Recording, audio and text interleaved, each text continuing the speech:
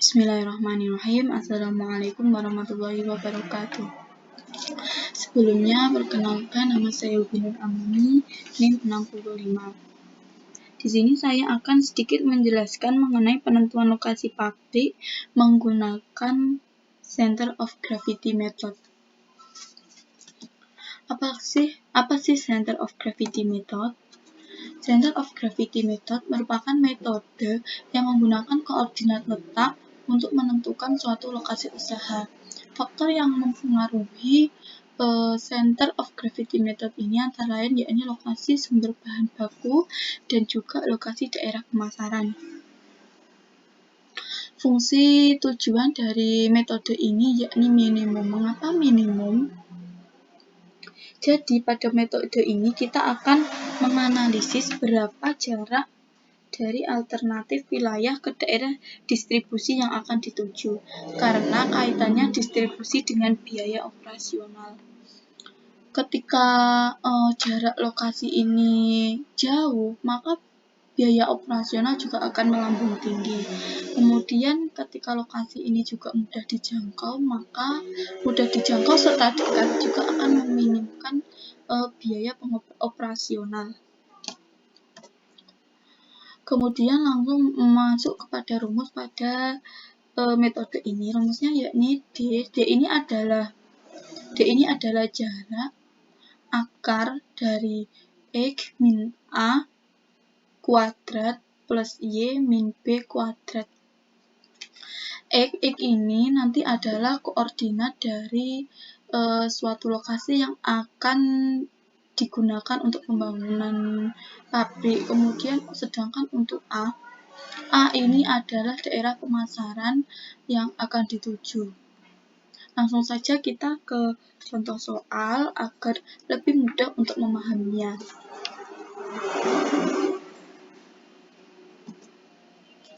Sebuah perusahaan makanan ringan ingin mendirikan pabrik baru.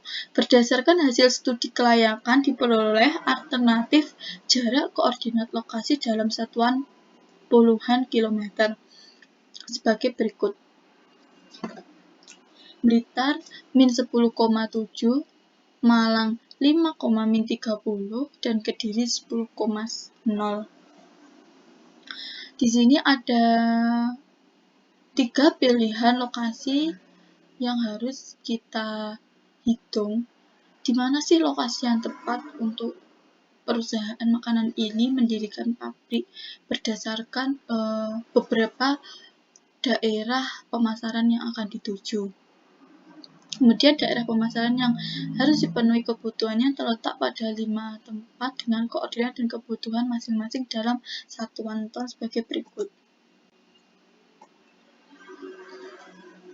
Untuk daerah pemasaran A dengan koordinat 2,5 ini membutuhkan demand-nya 5, kemudian pemasaran B dengan demand 10 ton, dan untuk pemasaran C dengan demand 8 ton, pemasaran D 15 ton, dan pemasaran E 20 ton. Terus koordinat ini untuk apa sih? Koordinat ini untuk menghitung jarak. Kan tadi untuk rumusnya yakni X min Y. X min A, X min A. Nah, X-nya tadi diperoleh dari koordinat lokasi tadi dan untuk AB-nya diperoleh dari ini, koordinat pemasaran. Langsung saja kita ke alternatif penyelesaian. Pada lokasi Blitar tadi koordinatnya min 10,7. Kemudian kita akan mencari jarak ini, kita harus mencari jarak ini ya. Rumus dari jarak tadi D sama dengan X min A, X min 10 ini A-nya dari 2, kemudian dikuadratkan.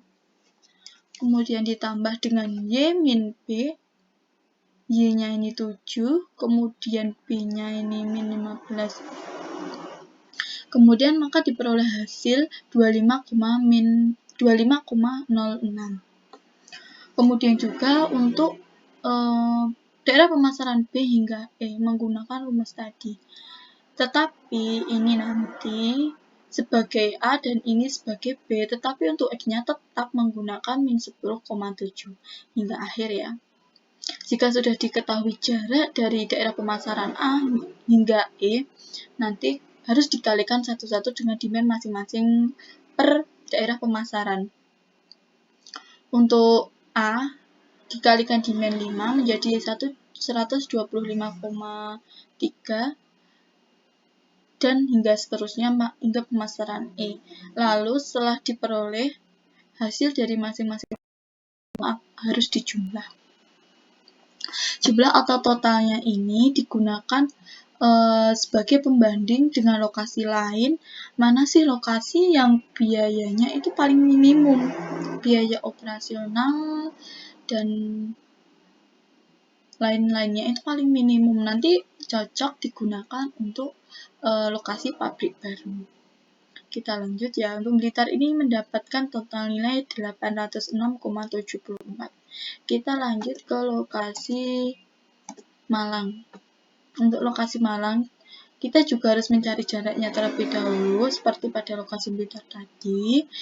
Sama jarak kali dimennya ini juga harus dicari ya. Nah, di Malang ini diperoleh hasilnya itu 1.816,96. Kemudian pada lokasi Kediri dengan titik koordinat 10,0 diperoleh totalnya ini 1039,45.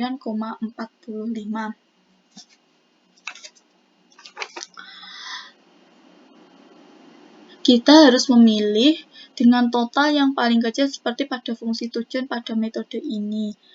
Jadi, untuk lokasi pabrik yang akan didirikan untuk pabrik makanan ringan tadi, yakni kita memilih lokasi di Blitar dengan totalnya 806,74 karena memiliki nilai paling rendah atau minimum untuk biaya dan lain sebagainya. Sesuai dengan tujuan dari Center of Gravity Method. Sekian yang bisa saya sampaikan, banyak kekurangannya yang saya sampaikan juga. Saya mohon maaf sebanyak-banyaknya. Wallahul muwaffiq ila aqwamit thariq. Assalamualaikum warahmatullahi wabarakatuh.